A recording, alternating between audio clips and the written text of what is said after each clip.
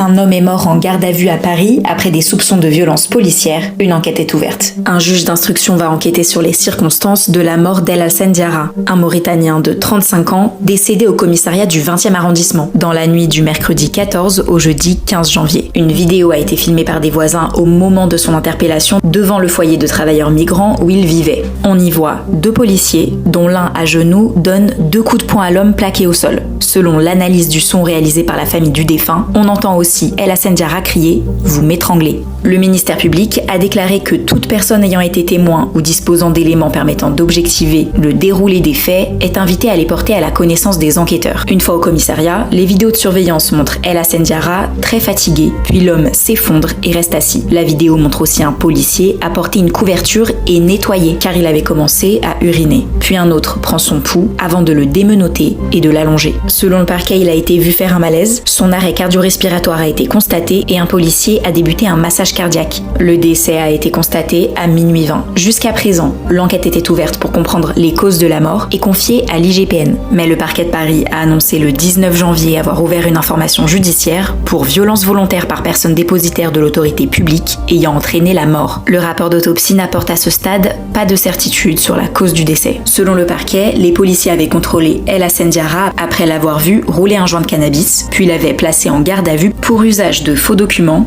détention de stupéfiants et rébellion. Mais d'après ses proches, il buvait simplement un café en bas du foyer lorsque la police est venue vers lui.